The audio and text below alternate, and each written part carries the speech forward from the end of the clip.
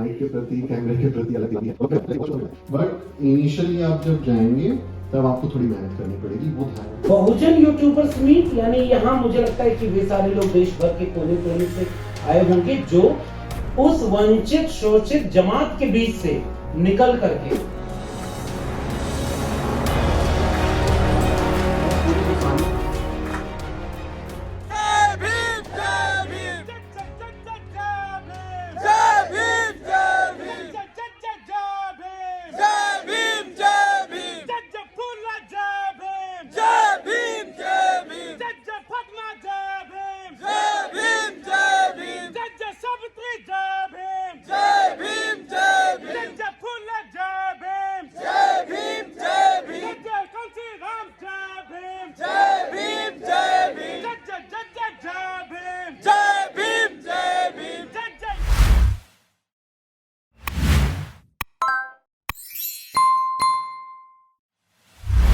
तो साथियों, जैसा कि हमने तमाम लोगों से बात किया, वहीं जो है नीलम मैम भी हैं जो कि एक बहुजन मीडिया को रिप्रेजेंट करती हैं और ख़ास करके महिला हैं। तो किस एंगल से इस बहुजन मीटअप को देखती हैं, इसका आने वाले समय में क्या जो है बेनिफिट होगा, क्या असर होगा, तमाम चीज़ें हैं। तो मैम, सबसे पहले मैं ये जानना चाहता हूँ कि ये जो बहुजन मीटअप हो रहा है, इसका उद्देश्य क्या है, इससे असर क्या होगा? देखिए, इसका उद्देश्य जिस तरह से आप लगातार 2 दिन से देख रहे हैं, देश के तमाम कोने कोने से यहाँ पर यूट्यूबर्स आए हैं और यहाँ पर ट्रेनिंग दी जा रही है। आपने देखा है कि किस तरह की ट्रेनिंग दी जा रही है, मुझे बताने की ज़रूरत नहीं है। कोई सब्जेक्ट डिसाइड किए हैं कि स्क्रिप्ट किस तरह से तैयार की जाए, एडिटिंग किस तरह से तैयार की जाए,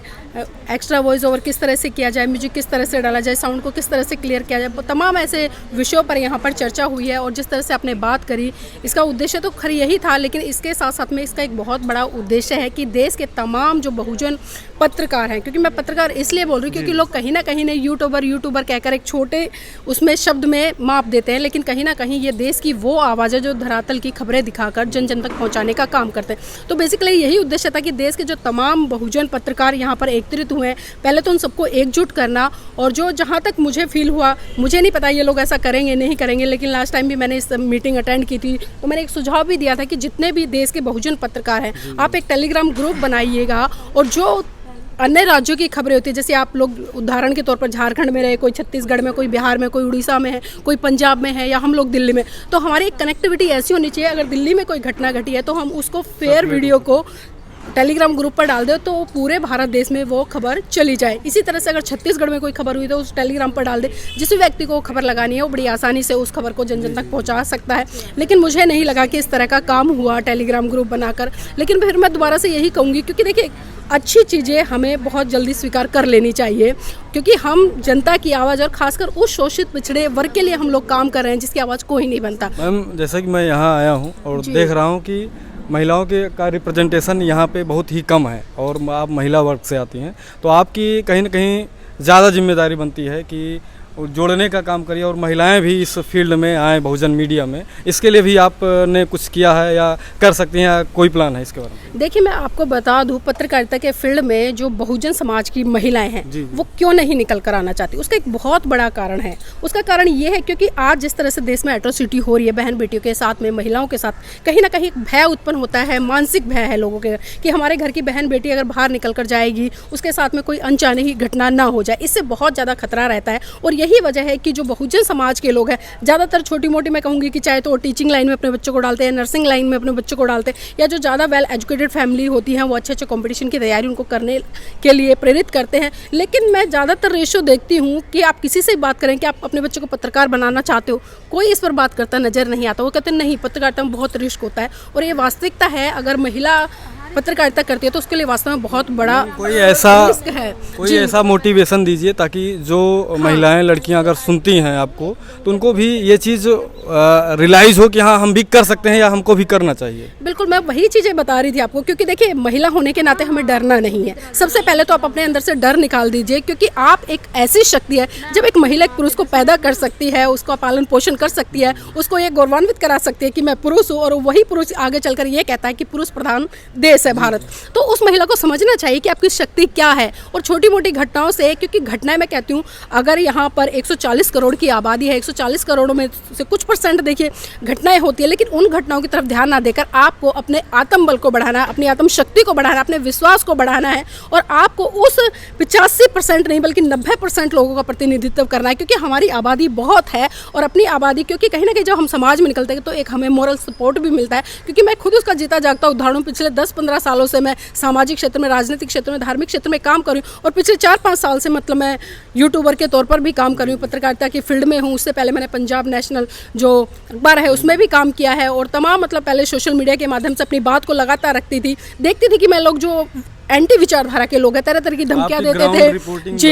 बहुत ज़्यादा अब्यूजिंग वर्ड भी इस्तेमाल करते थे, माँ बहन तक की मतलब कुछ अपशब्द मुझे बोलते थे, लेकिन कभी मैंने इन चीज़ों की परवाह नहीं की, क्योंकि देखिए जिसको जो बोलना है वो बोलेगा। 100 तरह के लोग होते हैं, 100 तरह की मानसिकता होती है, 100 तरह के विचार होते हैं और वो 100 तरह के विचार भी आप पर थोपना चाहते हैं, लेकिन ये हमारी ड्यूटी बनती है कि हमें उन 100 लोगों में से क्या लेना। अगर मुझे 100 लोग गलत बोल रहे हैं तो वो मेरी ताकत बन के उभर रहे हैं, मैं उनकी परवाह नहीं करती कि मुझे उल्टा सीधा बोलते, बल्कि मैं उनको ये कि आप बोलिए, जितना आप बोलेंगे मैं अंदर से उतना मजबूत होंगी, मेरा आत्मबल उतना ही बढ़ेगा। तो मैं यहाँ पर कहना चाहूँगी बहुजन बेटियों से कि आप पत्रकारिता की फील्ड में आइए, क्योंकि आप मास कम्युनिकेशन कीजिए, मास कम्युनिकेशन के बाद में आगे और भी लेवल पढ़ाई कीजिए, कुछ भी फील्ड में आप जा सकते हैं और पत्रकारिता के क्षेत्र में जितने अच्छे स्तर पर महिलाएं काम कर सकती हैं, क्योंकि महिलाओं के अंदर एक अलग ही जज्बा होता है, एक पीड़ा होती है, चीज़ों को समझने की जो शक्ति होती है बहुत ज़्यादा होती है। और एक महिला जब महिला की पीड़ा को बयां करती है तो उसकी खूबसूरती मैं कहूँगी कि शब्दों के माध्यम से बढ़ जाती है और उस पीड़ा को हूबहू ऐसे दर्शाती है कि जैसे मेरे साथ में वो पीड़ा हुई है। तो मैं चाहूँगी कि पत्रकारिता की फील्ड में भी महिलाएं निकल कर आए, क्योंकि आज मैं देख रही हूँ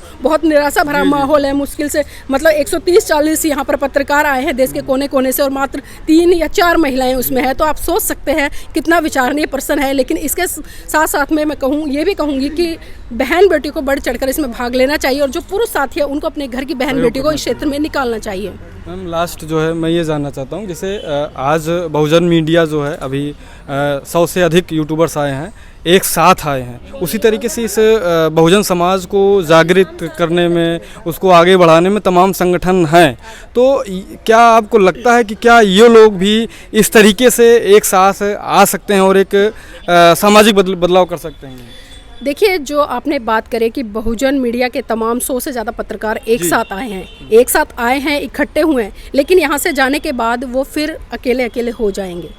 मैंने जिस तरह से पहले ही शब्द में कहा, इसी तरह से वही हाल जो बहुजन संगठन या बहुजन नेता हैं, आज जो लोग काम कर रहे हैं, आज तमाम संगठन बने हुए, लेकिन आज लड़ाई क्या है? आज नेतृत्व की लड़ाई हो रही है कि मैं नेता, मैं अध्यक्ष, मैं मंत्री, मैं संतरी, ये हाँ, वो उसको समाज की पीड़ा से कुछ लेना देना नहीं। हर संगठन ये चाहता है कि मेरे संगठन में तमाम भीड़ आ जाए, मैं नेता बन जाऊँ, मेरे भाषण सुन के तालियां बजे और मेरा नाम हो जाए। इसी तरह से वही अगर दूसरे संगठन को देखें, दूसरा संगठन भी वही चाहता है, लेकिन इन संगठनों की नैतिक ड्यूटी बनती है कि इनको जो नेतृत्व है उसको त्याग कर जब तक एक साथ संगठित होकर बहुजन आइडियोलॉजी के लिए, बहुजन समाज की आवाज़ बनने के लिए काम नहीं करेंगे, तब तक भला नहीं होगा। चाहे बहुजन मीडिया हो या फिर मैं जिस तरह से भी बहुजन संगठनों की बात करूँ, आपने सवाल पूछा हो वो हो, क्योंकि जब तक देखिए हम बात बाबा साहब की करते हैं, हम बात माननीय काशीराम जी की करते हैं, हम बात पेरियार जी की करते हैं, हम बात फूले जी की करते हैं, हम बात तमाम बहुजन नायक नायिकाओं की करते हैं, लेकिन विडंबना है कि जब तमाम बहुजन नायक नायिकाओं की हम बात करते हैं लेकिन हम इकट्ठे नहीं हो पा रहे। तो इससे भी कहीं ना कहीं हम एक सीख लेने की जरूरत है। जब हमारे महान पुरुषों ने हमें एक विचार दिया है, एक रास्ता दिया है,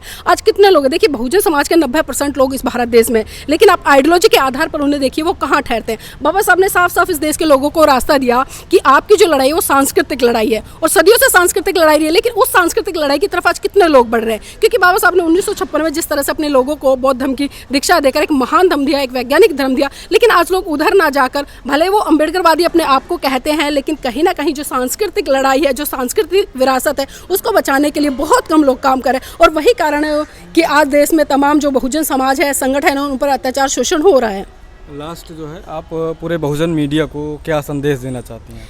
देखिए, मैं तमाम बहुजन मीडिया को बड़ी ईमानदारी से एक संदेश देना चाहती हूँ, क्योंकि जब तक आप संगठित होकर और एक दूसरे के साथ मिलजुल कर काम नहीं करेंगे, और उसका जीता जागता उदाहरण अभी मैं वर्तमान में हूँ, जिस तरह से वर्तमान में अभी गोरखपुर में पिछले महीने एक आंदोलन हुआ और उस आंदोलन में बहुजन समाज के 4 पत्रकार साथी गिरफ्तार हुए और 22 दिन तक लगातार वो गोरखपुर जेल में सलाखों के पीछे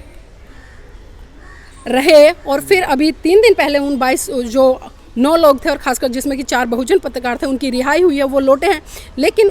देखिए, बहुजन समाज के लिए और खासकर बहुजन पत्रकारों के लिए सबसे बड़ी खबर थी कि 4 बहुजन पत्रकारों को अंदर डाला, लेकिन ये खबर किसी भी मीडिया ने अपने चैनलों पे नहीं दिखाई। तो मैं यही कहूँगी कि ईमानदारी से काम करें। आज हम लोगों की बारी है, या जो लोग 4 पत्रकार अंदर गए, हो सकता है कल को ये, क्योंकि जिस तरह से देश में माहौल पनप रहा है, जिस तरह से तानाशाही चल रही है, कल को आप भी हो सकते हैं। तो इसलिए ईमानदारी से काम करें और एक दूसरे को साथ लेकर आगे बढ़ें, तभी हम सही मायने में अपने आप को बहुजन पत्रकार कह पाएंगे। जी, बहुत बहुत धन्यवाद। तो दोस्तों, जैसा कि आपने देखा कि ये नीलम बौद्ध मैम थी और इन्होंने अपना विचार रखा इस बहुजन यूट्यूब मीटअप पे। तो आपका क्या सोचना है इन तमाम बातों पे, आपकी क्या राय है, आप हमको कमेंट में ज़रूर बताइए। दोस्तों, फिर नए वीडियो के साथ मिलते हैं। तब तक के लिए जय जवान, जय किसान, जय विज्ञान, जय संविधान।